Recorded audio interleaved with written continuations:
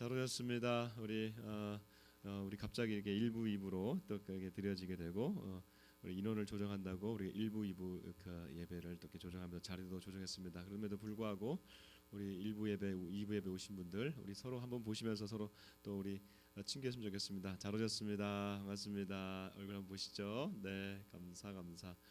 아마 들어오시면서 아마 또 우리 공무원이 아마 서 있는 걸 또 보게 됐을 거예요. 방역 적시가 조금 강화돼 가지고 오늘 이걸 우리가 예배를 드리는 걸 보고 다음 주 예배를 드릴 수 있을지 없을지 이제 판단을 하게 됩니다. 여러분, 오늘 예배가 당분간 마지막 예배일 수도 있습니다. 그렇죠? 그러니까 오늘 우리가 예배를 드리면서 이게 마지막 예배일 수 있구나라는 생각을 가지고 드리면 좋을 것 같아요. 그러면 우리 자세도 달라질 것 같아요. 그렇죠? 그리고 또 어떠한 상황이 왔든지 또 뭐 이렇게 위축된 마음이 우리가 예배하지 말고 어떤 상황에서도 우리가 하나님을 예배하는 겁니다. 원래 예배는 이런 거였어요. 원래 예배는 우리가 이렇게 뭐랄까 예배할 수 없는 상황에 예배하는 거예요. 제가 지난주에 영상을 하나 봤는데 북한에서 그 북한 보위부가 만든 영상이었어요. 한 10분 정도짜리 영상인데 제가 나중에 보여드릴게요. 이렇게 카톡에 올려드릴게요. 거기 보면 예수 믿는 사람이 그 황해도에서 들어가 가지고 그 중국에 갔다가 탈북했다가 예수 믿는 사람이 이제 황해도 들어가 가지고 거기서 교회를 세워 나가는 걸 보면서 거기서 이렇게 보면 이제 북한에서 어떻게 예배드리는 장면을 잠깐 보여줘요. 거기서는 완전히 그 사람은 매국년이고 이렇게 쓰더라고. 매국년 이렇게 누구년 이렇게 해가면서 완전히 박살을 내는데 예배는 그렇게 드리는 거였어요. 그래서 우리가 오늘 이 시간에 참 한 주간 마음이 많이 무겁고 어려운 상황에서 예배하러 왔습니다. 그러나 우리 이 예배는 사람을 향해서 드리는 것이 아니라 이 예배는 하나님께 드리는 예배입니다. 어려운 상황에서 드리는 예배를 하나님이 더 기쁘게 받아주실 줄 믿습니다. 더 나아가서 우리가 많은 비난을 받고 이 자리에 왔어요. 그럼에도 불구하고 우리가 믿는 것은 이겁니다. 예배 처소가 무너지지 아니할 때 이곳에서 예배할 때에 하나님이 우리 예배를 전국에서의 예배를 받으시고 치유의 역사를 줄 줄 믿습니다. 우리의 예배를 통해서 이 땅이 치유될 것을 기대합니다. 오늘 말씀과 또 듣도록 하겠습니다. 하나님의 말씀은 오늘 말씀은 십계명 말씀이에요. 여러분 우리가 이제 엑소더스 릴레이 금식 기도를 하면서 한 장씩 읽어가고 있는데 오늘 21일 차입니다. 원래 21장을 읽어야 돼요. 그런데 21장을 읽으면 아마 이 자리에 설교 들을 사람이 아무도 없을 것 같아요. 왜냐하면 21장은 너무 어려워요. 그리고 그 말씀은 너무 구체적이에요. 하나님의 법인데 이 법이 너무나 구체적이고 우리한테 와닿지 않는 법이에요. 예를 들면은 소가 하나 있는데 그 소가 사람을 나가서 주인 외에 다른 사람을 쳐 죽였으면 받아 죽였으면 그 소는 죽여라. 오늘날 이 법을 우리가 어떻게 시행하겠어요? 그렇죠? 그러니까 이 법들은 참 우리한테 맞지 않는 거예요. 도둑이 왔는데 도둑을 때렸는데 그 사람을 상하게 했으면 배상해줘라. 근데 만약에 그게 괜찮다. 그런데 만약에 그게 낮에 도둑이 들어왔는데 그 사람을 또 상하게 했으면 또 배상해줘야 된다. 여러 가지 법들이 이렇게 있어요. 이 법들이 오늘날 우리 형법으로 다 또 이미 연결돼 있습니다. 그럼에도 불구하고 오늘 법은 바로 앞에 나와 있는 10계명이 전체 계명이에요. 그래서 20장부터 23장까지 가서 이게 쭉 보게 될 텐데 오늘 이번 주에 쭉 읽어가게 될 텐데 그 조문의 가장 중요한 것은 바로 오늘 20장 읽었던 10계명이 가장 큰 헌법 같은 법이다라고 말씀하시면서 들었으면 좋겠습니다. 그러면 왜 갑자기 10계명이 나왔냐? 요 10계명이 나오게 된 이유를 간단하게 말씀드리고 오늘 우리가 또 들어가도록 하겠습니다. 지금 전 세계가 코로나로 인해서 지금 너무나 어렵죠.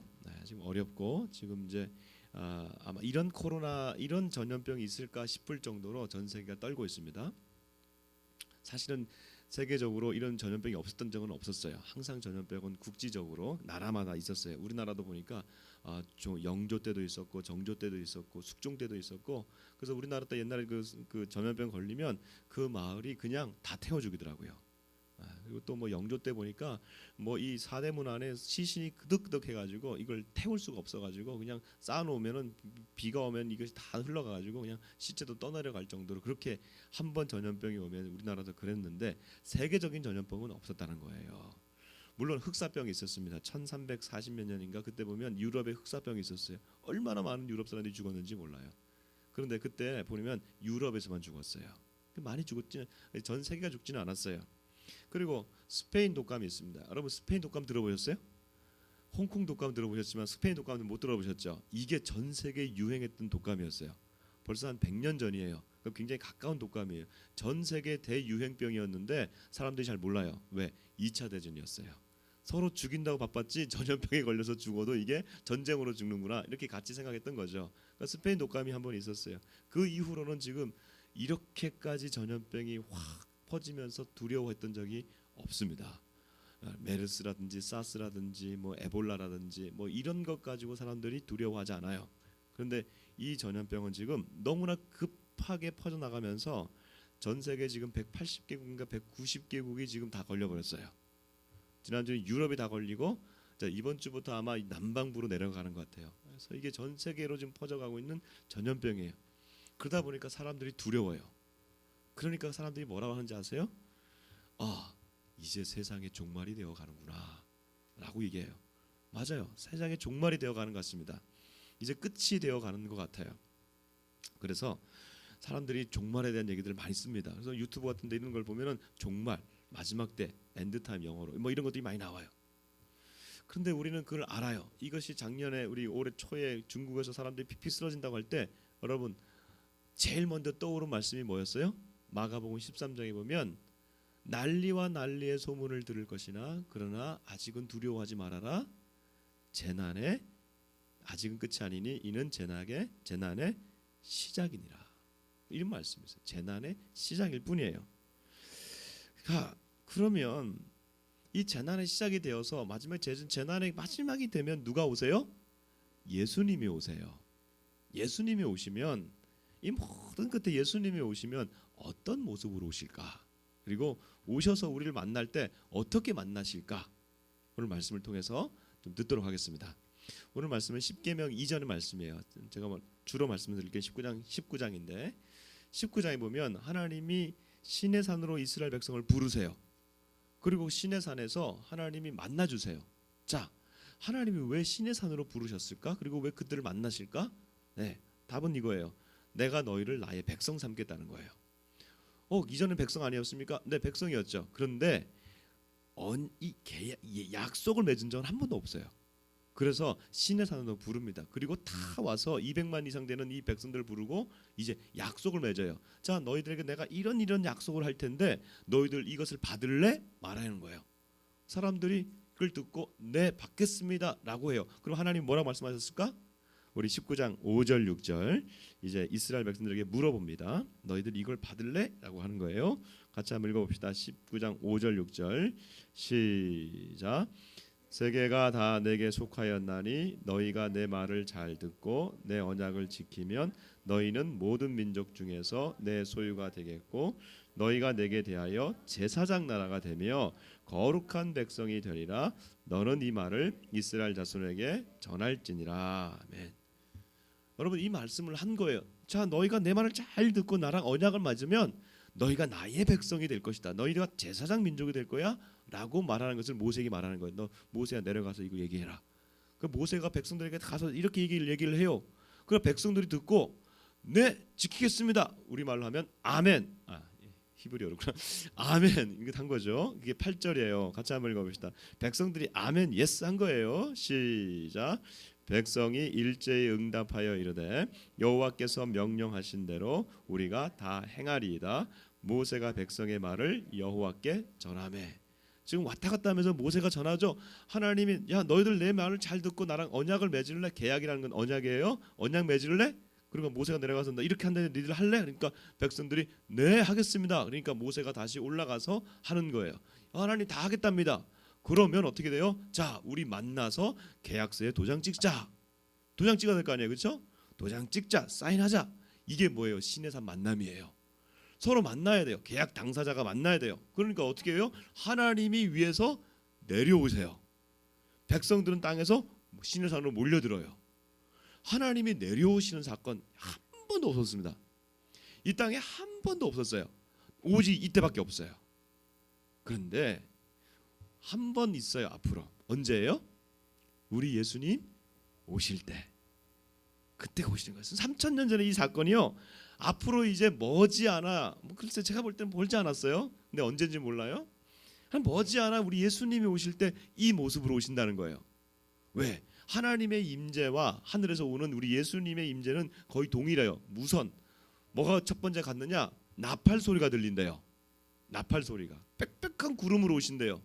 구름 가운데 오세요. 예수님께서 제자들에게 이렇게 말씀하셨어요. 오직 성령이 너에게 임하시면, 시작, 오직 성령이 너에게 임하시면 너희가 권능을 받고 예루살렘과 온 유대와 사마리아와 땅끝까지 이르러 내 증인이 되리라 하시니라. 이 말씀을 하시고 예수님께서 쑥 올라가셨어요. 올라가시니까 제자들이 너무나 황당하잖아요. 아니 우리만 내버려두고 하늘로 올라가시면 우리 어떡하나? 어떡하죠? 그때 옆에 있는 천사가 뭐래요? 왜 너희들이 하늘을 보고 있느냐? 가신 이는 그대로 하늘로 올라가신 이는 그대로 오시리라. 뭐예요? 구름 타고 가셨으니 구름 타고 내려오신다는 거예요. 지금 하나님이 지금 구름 빽빽한 구름 가운데 내려오셨어요. 우리 주님도 구름 타고 오신다는 거예요. 그런데 오늘 말씀을 보니까 16절 같이 읽어봅시다. 16절에 보면 구름만 있느냐? 아니에요. 16절 같이 읽어봅니다. 19장 16절 시작. 셋째 날 아침에 우레와 번개와 빽빽한 구름이 산 위에 있고 나팔 소리가 매우 크게 들리니 진중에 있는 모든 백성이 다 떨더라. 아멘. 빽빽한 구름이 있어요. 그 다음에 무슨 소리가 들린대요? 나팔 소리가 들린대요. 나팔 소리. 여러분 우리 주님이 오시는 소리도 마찬가지예요. 우리 예수님께서 오시는 이때는요. 그때 무슨 소리가 들리냐? 하늘에서 무슨 소리가 들린다? 나팔 소리가 들린다는 거예요. 데살로니가 전서 4장 16절에 보니까 예수님께서 내려오실 때 무슨 어떤 현상이 있느냐? 주께서 호령 소리와 천사장의 소리와 주께서 호령과 천사장의 소리와 하나님의 나팔 소리로 친히 하늘로부터 임함이니라. 하나님의 나팔 소리가 들린다는 거예요. 자, 우리 하나님이 시내산에 3000년 전에 임했던 그 사건처럼 예수님이 오실 때도 동일한 사건이란다는 거예요. 현상은 똑같은 거예요. 그러니까 지금 시내산에 임재하는 이 모습은요, 앞으로 우리 주님이 오실 모습과 동일한 모습이에요. 그러면 시내산으로 불러가지고 하나님이 지금 모세를 통해서 보여주시는 세 가지 사건이 있는데 그 세 가지 사건이 앞으로 우리 예수님이 오실 때도 동일하게 앞으로 적용될 일이라는 거예요. 여러분 한 번도 생각 안 해보셨죠? 이렇게 이 출애굽의 이 사건이 처음으로 오시는 사건이었잖아요, 그렇죠? 근데 우리 예수님이 다시 오시는 그때는 이 모세를 통해서 했던 이 세 가지 사건을 예수님께서 마무리하려고 오신다는 거예요. 첫 번째 무슨 사건이냐? 모세를 통해서 하나님이 부르시는 사건, 이게 뭐냐하면 지금 언약을 맺는 거예요. 언약 백성을 맺는 거예요. 언약이라고 하는 것은 무엇이었어요? 언약 관계는요, 그냥 내가 우리 하나님과 나와 이제 좋은 서로 사랑하는 관계입니다, 이런 게 아니고 지금 하나님이 야 우리 도장 찍자 하는 거잖아요. 지금 그러니까 너와 나는 이제 앞으로 나는 너의 하나님이고 너는 나의 백성이야라고 하는 것을 도장 찍는 거예요. 그래서 그 뒤에 봐서 보면 24장에 가면요, 이들이요 제사를 드려요. 그래서 양을 잡아요. 그래서 그 피를 뿌리고요, 피를 쫙 백성들에게 뿌려요. 자, 너희들 이제 하나님과 모세가 이렇게 해요. 너희들 하나님과 너희들 이제 이 피를 통해서 언약을 맺었다. 도장 찍었다는 거예요. 도장 빨간색이잖아요. 마치 그런 거예요. 이 피를 쫙 뿌리면서 너희들 이제 도장 찍었고 너희들이 이제 하나님의 언약 백성이 됐다라는 거예요. 언약 백성으로 부르셨다는 거예요. 첫 번째 하나님이 이 땅에 내려오실 때는 백성들을 언약 백성으로 부르시는 거예요. 자, 그러면 우리는 어떻습니까? 여러분 잠깐 한번 생각해봐요. 우리가 이스라엘 백성들이에요? 어디 하나, DNA 하나, 세포 하나하나, 핏방울 하나하나가 어디 우리가 민족 혈통이 유대인입니까? 우리는 유대인이 아니에요. 그런데 어떻게 우리가 이 하나님의 백성으로 갑자기 들어가요? 이건 유대인들을 부르시고 이스라엘을 부르신 건데 우리가 어떻게 이 자리에 들어가요? 저와 여러분이 사실 여기서 이 19장 보면서 야 이거 우리 말씀이다라고 말할 근거가 없어요. 그렇잖아요? 근데 어떤 근거가 생겼어요? 하나님의 아들 예수님이 이 땅에 오셨어요. 첫 번째 오셨을 때는 이런 모습으로 오시지 않았어요. 말구요의 종으로 오셨어요. 아주 그냥 그 철한 모습으로 오셨어요. 근데 그분이 점점 일을 행하시면서 당신의 일들을 행하시면서 뭐라고 말씀하세요? 마지막 날 그가 잡히시기 전날 밤에 뭐라고 말씀하세요? 제자들에게 떡을 나눠주시면서 이 떡을 먹으란, 이것은 너희를 위한 나의 몸이다. 포도주를 나눠주시면서 이것을 받아 마시라. 이것은 너희를 위하여 흘리는 나의 피. 무슨 피? 곧 언약의 피니라. 언약의 피래요.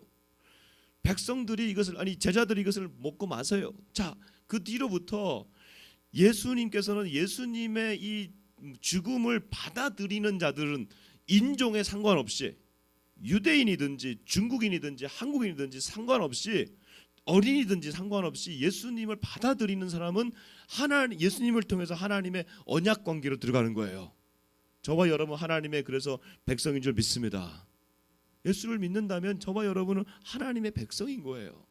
그러면 이 말씀이 우리 안에 들어오는 거예요. 그러면 어떻게 되는 거예요? 신의 산에서는 하나님이 지금 당신의 백성들을 모으시는 거지만 이제 예수님께서 오실 때는요, 예수님이 오실 때는 또 어떻게 부르는 거예요? 마지막에 예수님 오실 때는 당신의 언약 백성들, 이건 유대인이든지 이스라엘이든지 아니면 중국 사람이든지 아니면 한국 사람이든지 그 안에 있는 당신의 백성들을 부르시는 과정이 될 거예요. 그러니까 마지막에 하나님이 오시면, 예수님이 오시면 당신의 자녀들을 모으시는 작업을 한다는 거예요. 여러분 여기 이것이 굉장히 중요합니다. 이스라엘 백성들을 처음에 모으시려고 언약 관계를 부르시려고 하나님이 신의 산에 임했다면 이제 예수님께서 마지막에 오실 때는 전 세계에 흩어져 있는 당신의 자녀들을 다 부르시는 작업을 하신다는 거예요. 이게 중요합니다. 당신의 자녀들을 부르실 거라는 거. 그래서 중요한 게 뭐예요? 당신의 자녀를 부른다고 하는데 우리가 자고 있다는 거예요. 하나님의 자녀들을 부르시겠다고 분명히 말씀하시고 성경에 계속해서 쓰여져 있는 말씀이 뭐예요? 내가 반드시 다시 오리라. 내가 반드시 다시 오시라. 세상에 이렇게까지 많은 예언들이 이렇게 주어져 있고 오겠다고 분명하게 말씀하시는데 우리들이 자고 있다는 거예요. 여러분 예수님께서 뭐라 말씀하셨냐면 인자가 마지막에 오는 때는 노아의 때와 같을 것이라고 얘기했어요. 노아의 때가 어떤 때예요? 이미 비로 멸망시킬 거라는 걸 말씀했어요. 근데 사람들이 듣질 않아요. 근데 노아는 계속해서 혼자서 배를 만들고 있어요. 멸망이 선포가 됐어요. 배를 만드는 사람은 노아밖에 없어요. 노아의 가족밖에 없어요. 사람들은 비웃어요. 예수님이 오신다고 얘기했어요. 근데 사람들은 비웃어요. 어디 신이 있느냐? 이렇게 전염병이 창궐하는데 신이 있기는 하느냐라고 말한다는 거예요. 예수님께서 말씀하셨어요.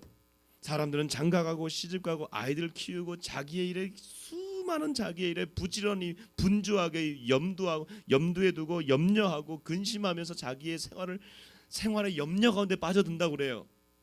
하나님이 오신다고 말씀하시는데 생활의 염려 가운데 우리는 빠져드는 것이 일상이라는 거예요.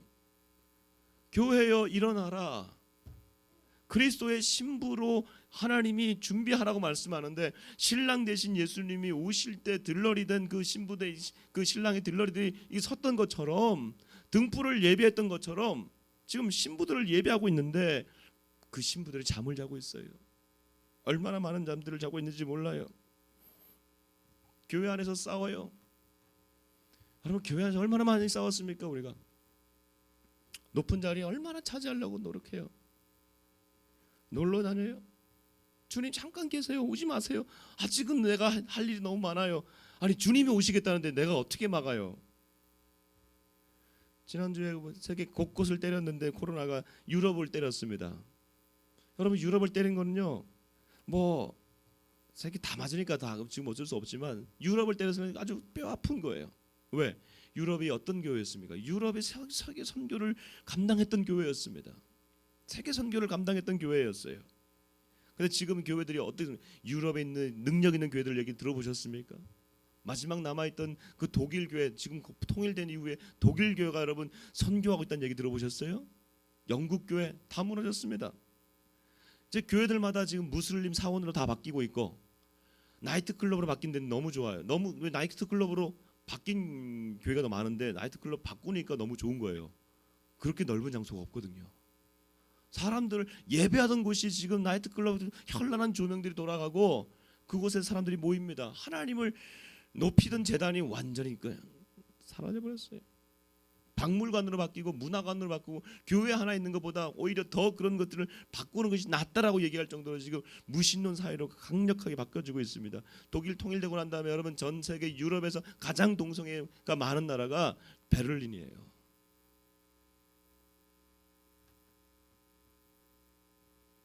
하나님이 지금 다시 오시겠다고 말씀하시면서 나팔을 불고 있어요. 나팔은 경고의 나팔이에요. 지금 천사장의 하나님의 나팔 소리는 마지막 나팔 소리예요. 여러분 그 나팔 소리를 들으면 그땐 끝이에요. 그때는 더 이상 소용이 없어요. 왜? 하나님의 나팔이 오시는 거니까. 그런데 그 전에 경고의 나팔 소리들이 계속해서 들려요. 어떤 소리예요?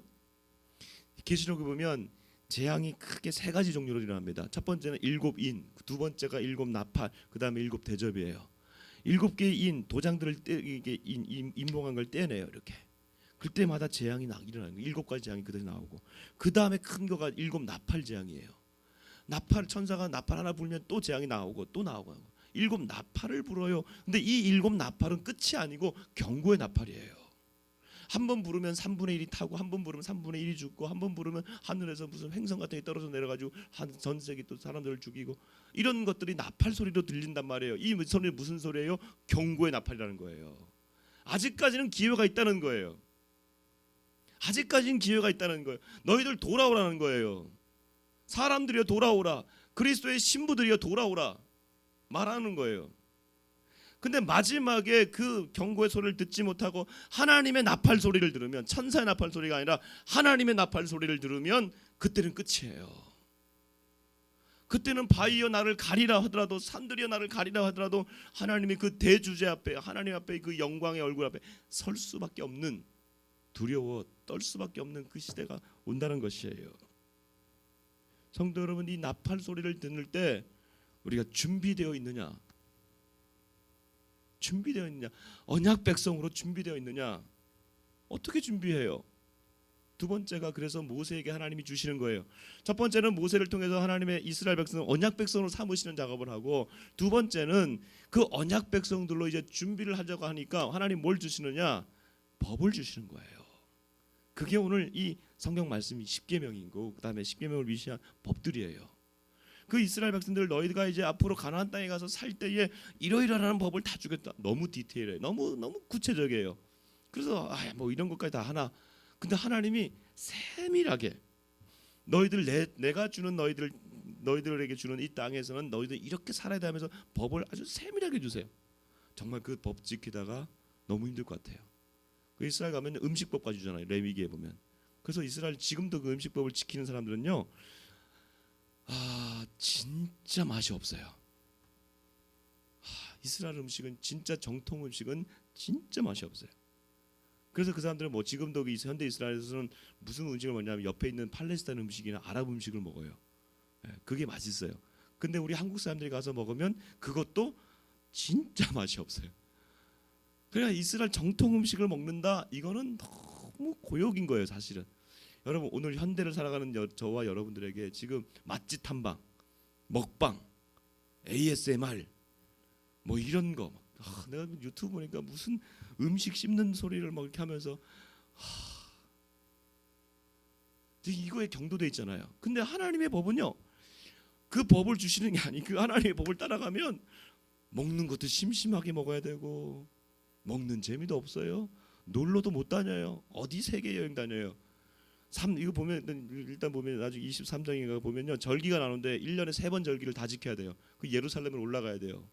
한 번 올라갈 때마다 한 달 걸려요. 근데 그게 한 2달이나 3달 걸려요.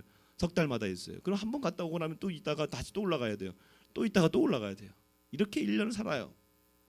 그러니까 이 백성들의 삶이라고 하는 것은 너무 힘든 삶이에요. 법을 지킨다는 것 세상에서 말하는 그 법 우리가 이 세상에서의 어떤 그런 라이프 스타일을 즐긴다 뭐 워라벨이다 뭐 이런 얘기를 다 하잖아요.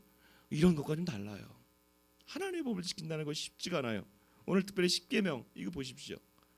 이 십계명 이게 보면 이게 뭐 살인하지 말라, 가늠하지 말라, 도둑질하지 말라 뭐 이런 얘기들 다 나오잖아요. 이 얘기들이 다 나와요. 근데 이 얘기들이 다 나오는데 왜 우리가 이것을 지켜야 돼요? 왜? 세상의 법도 우리가 지켜야 되지만 세상의 법과 하나님의 법이 충돌될 때 여러분 우리가 무슨 법을 지켜야 돼요? 우리가 하나님의 언약 백성이면 마지막 최종 권위는 어디에 있어요? 하나님의 법이 있어요. 왜요? 세상의 법으로 하나님이 우리를 심판하지 아니하시고 하나님은 하나님의 법으로 우리를 마지막에 심판하시기 때문에 그래요. 우리 한번 보실까요? 레위기 계시록 한번 보십시다. 22장 8절. 22장 8절 같이 한번 읽어봅시다. 시작.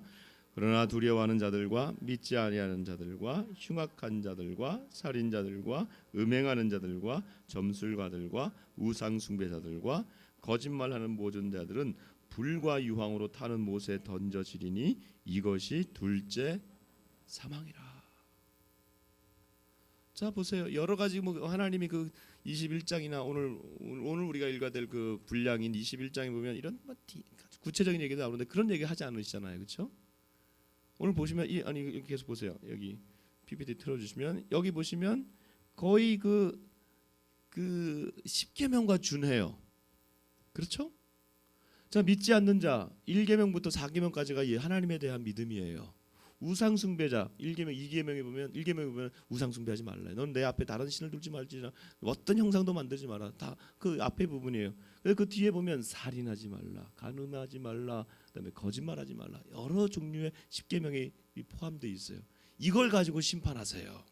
자, 하나님의 법으로 심판하신다는 거예요. 근데 이 법은 하나님의 기준이라는 거예요. 우리는 음행을 하지 말라 할 때 여러 가지 음행의 종류들이 있어요. 그리고 시대마다 달라지고 요즘은 이제 동성애 이런 거 다 음행이 아니에요. 그리고 간음하지 말라 할 때 이번 주에 보니까 막 우리 한국에서 들으면서 우리 아이들도 있어서 그런데 참 민망한 얘기들이 많이 나오더라고. N번방 사건 들어보셨어요? 얼마나 많은 남성들이 거기 들어가가지고 그 성 착취하는 그 영상들을 즐겼는지 20만 명이 넘더라고. 20만. 근데 어떤 데 보니까 한 100만 원을 내야지만 들어갈 수 있는 돈이에요. 방이더라고요.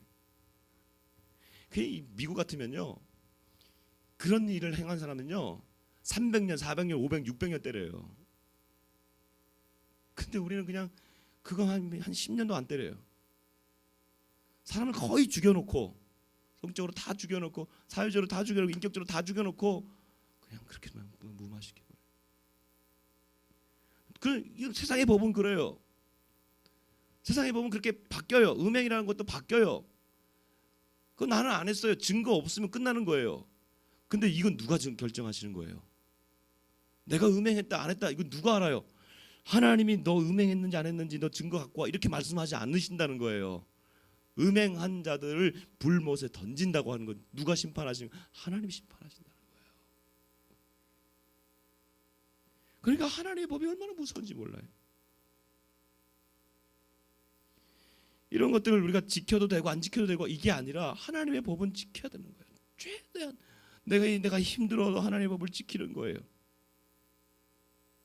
왜? 하나님이 왕이시니까. 그분이 왕이시니까 우리는 그분의 백성이니까 그분의 법을 따라가려고 노력하는 거예요. 이번 코로나 사태로 우리가 알 수 있는 게 뭐예요? 세상의 왕은 아무도 없다는 거예요. 아무도 세상의 왕이 없어요 지금. 우리나라 대통령도 지금 이걸 통제를 그나마 잘한다고 하는데 세계에서는 그나마 잘한다고 하는데 사실 이게 통제가 되는 건 아니잖아요 아직도. 여러분 지금 유럽이 어떻습니까? 교황이 유럽의 왕이거든요. 세계 왕이거든요. 어쩌면 종교계의 왕이 교황인데 교황 지금 미사 못합니다. 그렇게 날뛰던 신천지 완전히 무너져 버렸어요 이번에. 전 세계 왕들이 지금 입들이 막히고 손들이 묶이고 아무도 어떻게 될지를 모르고 있어요. 하나님 왕이신 걸 지금 보여주는 사건이에요. 그러면 우리 왕의 법을 지킬 준비를 하고 있느냐?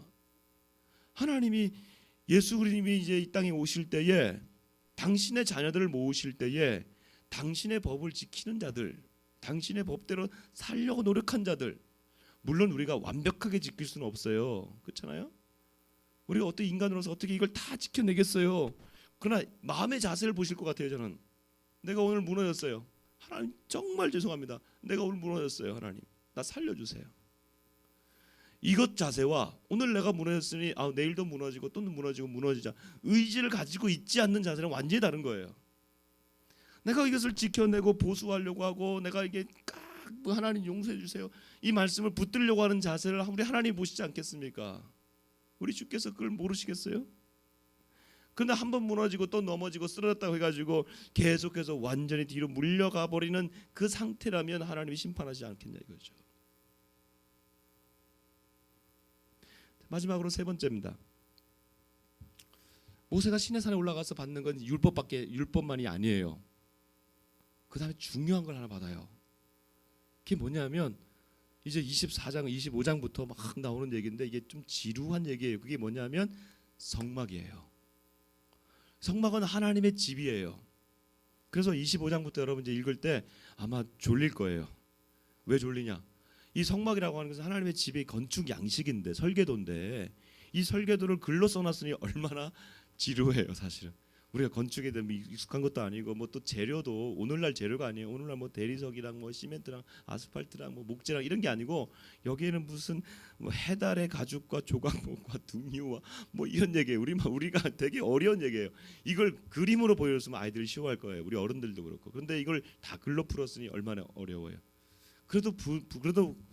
그럼에도 불구하고 우리가 이 말씀의 핵심은 이거예요. 성막을 지으라는 거예요. 성막을. 하나님이 자기 집을 지으라는 거예요. 여러분 하나님이 하늘의 집이 있는데 하늘에 거하시는 분이 왜 이 땅에 너희들에게 내가 이스라엘 백성들에게 땅을 이 집을 지으라고 할까요? 왜 하나님이 집을 지으라 할까요? 그게 왜 그러냐면 언약 백성이니까 그래요. 오직 언약을 맺은 백성들에게만 집을 짓겠다는 거예요. 세계 어느 민족에게도 집을 짓지 않죠.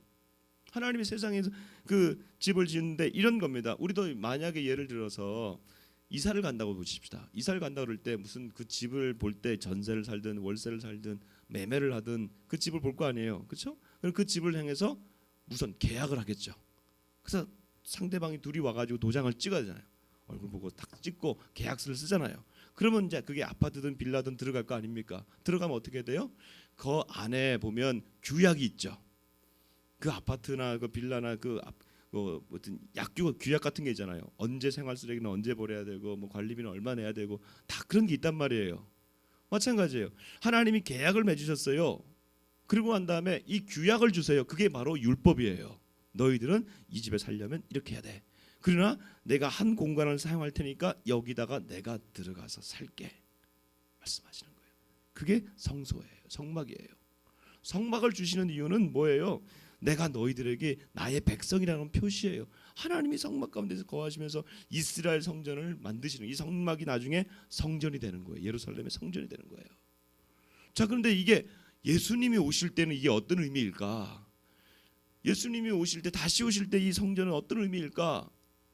저와 여러분은 사실은 성전과는 몰라요. 왜냐하면 우리가 태어났을 때 성전도 없고 우리는 이스라엘 살지도 않고 그리고 이스라엘 성전은 이미 망하였어요. 없어졌어요. AD 70년에 로마가 다 파괴했어요.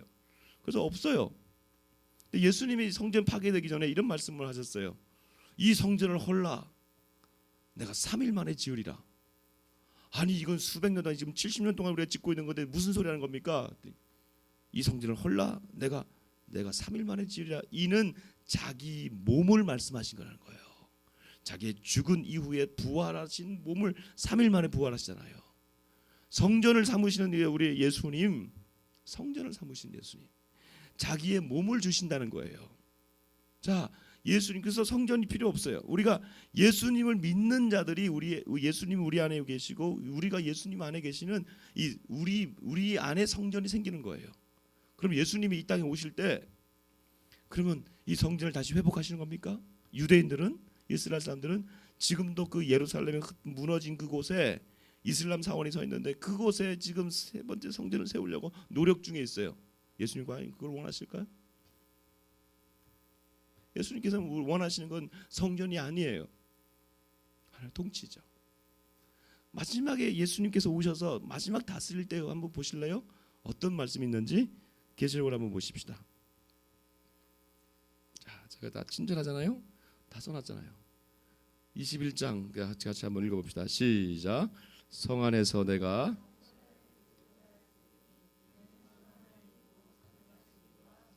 어린아이 영이 그 성전이심이 되심이라. 그 성은 해나 달의 비침이 쓸데없으니 이는 하나님의 영광이 비치고 어린 양이 그 등불이 되심이라. 아멘. 성전을 보았어요. 그 안에서 새 예루살렘이라고 하는 그 성이 내려오는데 그 성 안에 뭐가 없어요? 성전이 더 이상 없어요. 이스라엘 백성들에게 성막과 성전은 핵심이에요. 성전이 없으면 이들은 그냥 뭐 아비 없는 자식 같아요. 근데 그 안에 성전이 없대요. 왜?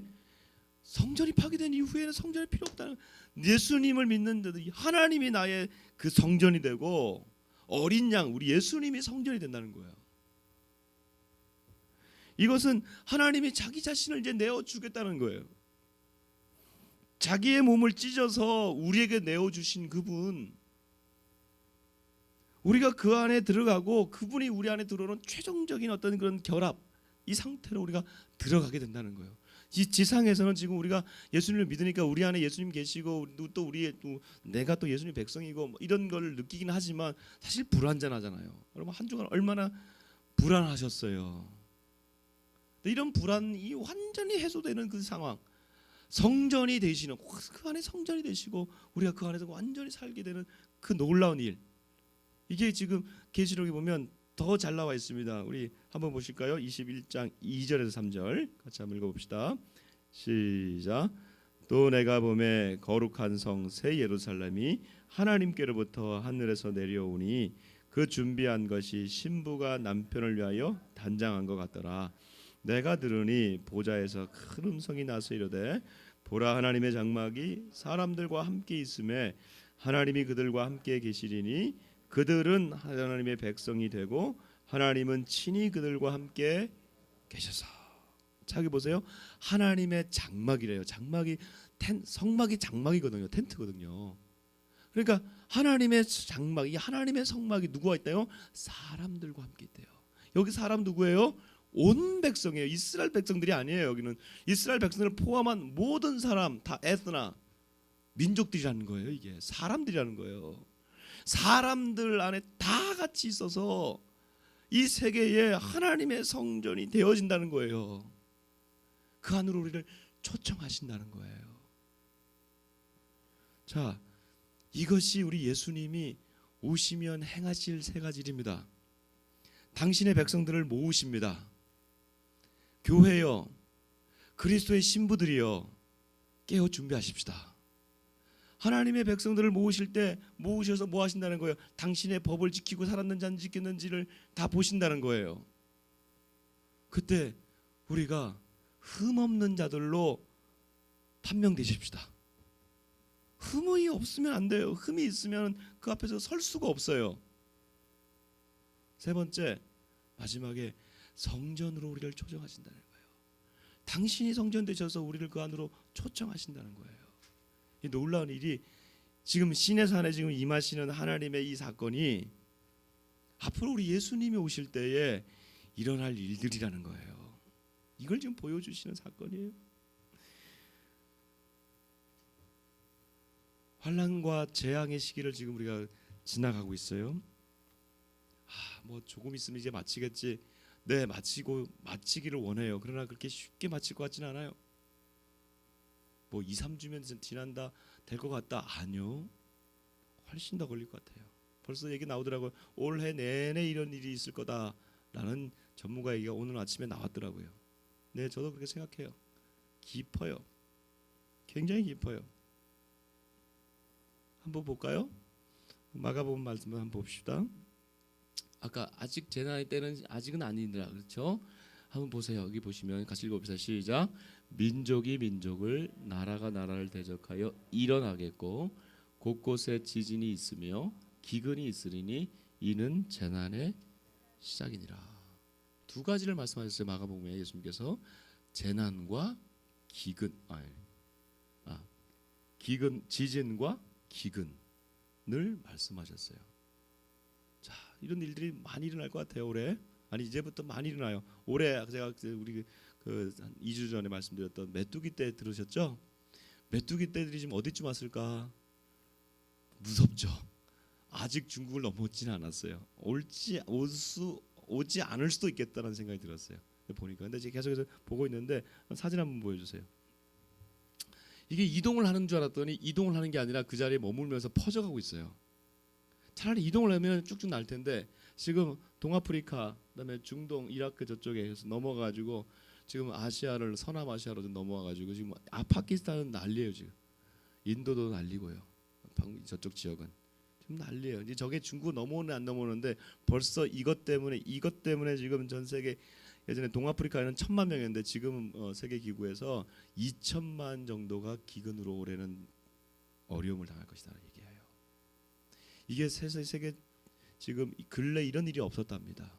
이렇게 많은 원래 메뚜기들은 있었는데 이렇게 많은 메뚜기들이 이렇게 장시간 체류한 적이 없대요. 기근의 시작이다. 그 다음 거 지진. 여러분 지진 워낙에 많이 나잖아요. 그렇죠? 그러니까 지진 또 났나 보다. 아니요. 1900년대부터 이 지진을 체크한 이후부터 지진의 빈도수가 지금 언제부터 높아지느냐? 1900년대부터 확 뜁니다. 1950년대부터 뛰기 시작하는데 결정적으로 1990년대부터 지금 한가 얼마 안 됐어요. 몇십 년 안 됐어요. 이게 지금 지진계로 그 리터로 6 이상만 지금 이렇게 뛰는 것들을 보여주고 있는 거예요. 지금 근래에 들어서 급격하게 뛰어 있고 이게 전 세계적으로 그 다음 거 보여주시면 전 세계적으로 그것이 지금 퍼져나가고 있어요. 어느 나라도 안전지대가 없어요. 기근과 지진이 일어난다. 처처의 기근과 지진이 일어난다. 민족이 민족을 나라가 나라를 대적한다. 여러분 코로나 사태 이후로 이제 꺼주시고 코로나 사태 이후로 이 나라가 그다음에 이 세계가 어떻게 변화될지 누구도 장담할 수 없는 시대가 되어버렸습니다. 아마 이런 일들이 일어날 거예요. 우리가 예측하지 못했던 상황으로 세계가 갈 확률이 많습니다. 지금 예측할 수가 없어요. 너무나 급격한 상황 변화가 지금 오고 있어요. 그래서 코로나 이전 사태와 코로나 이후 사태로 아마 세계는 나눠질 수도 있겠다는 생각이 들 정도예요. 그런데 하나님 말씀이 하나 있어요. 우리 믿는 사람들이 어떻게 이 시기를 거쳐가고 감당해야 될까? 하나님 말씀이 하나 있어요. 우리 계속 봅시다. 마가복음. 마가보면 이 아까 재난의 시작이라 말씀하고 난 다음에 예수님께서 제자들에게 이런 말씀을 하셨어요. 너희는 스스로 조심하라. 사람들이 너희를 공회에 넘겨주겠고 너희를 회당에서 매질하겠으며 나로 말미암아 너희가 권력자들과 임금들 앞에 서리니 이는 그들에게 증거가 되려 함이니라. 고난을 당한다는 거예요. 근데 고난 당하는 것이 증거가 된다는 거예요. 고난 당하는 사람들의 그 아픔이 그 사람들한테는 증거가 된다는 증인이 된다는 거예요. 그러니까 여러분 우리가 이 마지막 때를 살아가면서 이 정말 이 환난과 아픔의 시대를 살아가면서 우리가 끝까지 견뎌내면 우리의 신앙이 그들에게 증거가 된다는 거예요. 이거를 증인이라고 그러죠. 그래서 사도행전에 보면 우리가 예수 그리스도가 우리를 위해서 죽은 지 3일 만에 부활하신 이 모든 일에 우리가 증인이라는 표현을 써요. 증인. 그래서 그렇게 때려도 사람들이 신앙을 포기하지 않고 우리가 증인입니다라고 죽어요. 그래서 영어로 보면 증인이라는 이 영어 단어가 순교자라는 말씀과 똑같아요. 증인의 삶은 순교자의 삶인 거예요. 그래서 이 마지막에 보면 자 10절 13절 같이 읽어봅니다. 시작. 또 복음이 먼저 만국에 전파되어야 할 것이니라. 또 너희가 내 이름으로 말미암아 모든 사람에게 미움을 받을 것이니 끝까지 견디는 자는 구원을 받으리라. 우리가 증거되는 삶을 사는 거예요. 끝까지 우리가 비난을 당하고 모욕을 당하고 미움을 당해요. 근데 그 미움 당하는 삶이 어떤 이들에게는 증거가 된다는 거예요. 우리가 그냥 미움 당하니까 나 미움 안 받을래라고 해버리면 이게 증거가 되지는 않아요. 그러나 또 미움을 당하고 그럼에도 불구하고 우리가 하나님 앞에 예배하고 하나님을 찬양하고 이 신앙을 끝까지 견뎌내면 이게 증거가 되어서 그들의 그 민족들이 변화된다는 거예요. 그리고 마지막 끝까지 견디는 자는 구원을 받으리라. 견디는 자는. 금요기도 때 말씀드렸습니다만 기도에 비행기가 추락할 때 있잖아요. 마지막 추락할 때는 그때 다 죽잖아요. 근데 기자가 하는 말이 뭔지 아세요? Prepare the impact라고 하는 말을 한대요. 그게 뭐냐 하면 충돌을 준비해라. 다들 안전벨트하고 충돌 준비하고 이걸 통과해서 잘 살아내라 이런 얘기죠. 마지막 할 수 있는 얘기 아니겠어요? 우리가 그런 시대를 살고 있는 것 같아요. 이제 점점 이제 그 시대로 들어가는 거예요. 어떤 환난과 어떤 핍박이 있을지 모릅니다. 여러분 충격을 준비할 때예요. 가정별로 준비하십시오. 이렇게 큰 덩어리들은 준비 못해요. 제가 이번 코로나 사태로 인해서 제가 가슴이 벅찬 거는 하나님이 정말 기뻐하는 거는 우리 교회가 작아서 좋아요. 얼마나 좋은지 모르겠어요. 갑자기 이제 어제 그저께 우리 1, 2부로 예배로 갑자기 바꿉니다. 했더니 다 1, 2부 예배 나왔어요. 큰 교회 잘 못한 일을 이렇게 못하죠. 자 이렇게 해서 모입시다.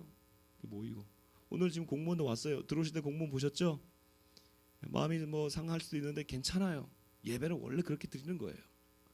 근데 공무원이 와서 봤을 때 제가 볼 때 이거 지금 이 정도면 다음 주도 예배 드릴 수 있게 하지 않을까? 띄엄띄엄 앉았어 그나마. 모르겠어요. 어떻게 평가하고 갈지 다음 주에 우리가 예배를 드릴 수 있을지 모르겠습니다만은 이 충격을 준비할 때 충돌을 준비할 때 최소 단위 가정 그다음에 우리 개인 그리고 작은 공동체들로 다 준비되어져서 핵폭탄이 터져서 그 안에서는 살아남을 수 있는 최소한의 규모들을 준비하셔야 됩니다. 사랑하는 성도 여러분, 오늘 이 말씀 하나님이 지금 시내산에서 백성들을 부르시면서 그리고 나의 언약의 백성이 되어라 계약을 하고 그리고 법을 주시고 그리고 내가 너희들 가운데 거할게 이런 말씀을 주시는 것이 이제 추수하러 주님이 오신다는 거예요.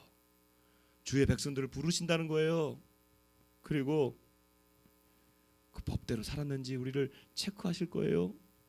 그리고 그분을 우리 자신에게 내어주실 거예요. 그때 모든 눈물과 슬픔을 다 닦아주실 거예요. 그날이 올 때까지 모든 것을 우리가 끝까지 견디며 구원받기를 주님으로 축복합니다. 누구도 이 구원의 대열에서 소외되는 자가 없기를 바랍니다. 오늘 온라인으로 들어오시는 분들 그곳이 정말 예배할 수 없는 그런 상황 가운데 우리가 예배하겠습니다 하는 그런 심정으로 이 시간 같이 동참하시기를 바랍니다. 그럴 때 우리가 같이 예배하게 되고 소규모지만 우리가 어느 곳에 있든지 온라인이든지 오프라인이든지 이곳에서 예배할 때 하나님의 이 주님 다시 오실 그것을 나팔 소리들을 듣는 경고의 나팔 소리를 듣는 최종 나팔이 아니라 경고의 나팔 소리를 듣는 때에 우리가 잘 준비되어서 주님 앞에 신부를 거듭나기를 주님을 축복합니다.